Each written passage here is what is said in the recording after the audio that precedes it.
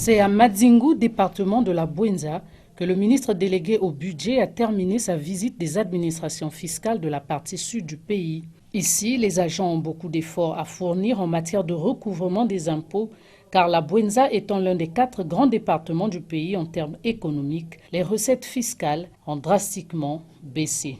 Je ne reviens pas sur les chiffres parce qu'ils ne sont pas bons. La région de la Bouenza, c'est presque le même niveau économique, voire un peu supérieur, si on compare avec un département comme la Sangha. Mais en termes de recettes, vous êtes moins de la moitié de la Sangha. Ce qui veut dire que les impôts ici ont beaucoup de travail à faire. C'est un des plus grands départements en termes de population et de villes pour notre pays. Donc il y a vraiment beaucoup d'efforts à faire. Mais vous comprenez que les attentes du gouvernement sont énormes sur les résultats pour ce qui est des mois à venir.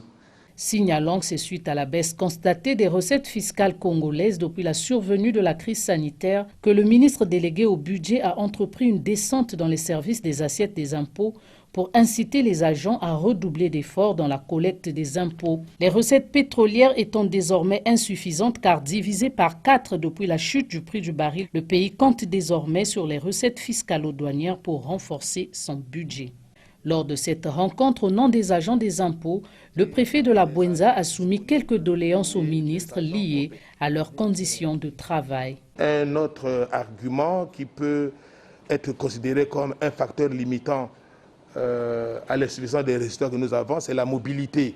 Si nous pouvons faciliter le déplacement des agents, peut-être qu'on va ôter le prétexte qu'ils peuvent donner pour ne pas faire de grands résultats. Le ministre délégué au budget a rappelé que les dispositions sont en cours pour améliorer l'espace de travail des impôts dans tout le pays, avec l'aménagement des structures et l'informatisation des systèmes.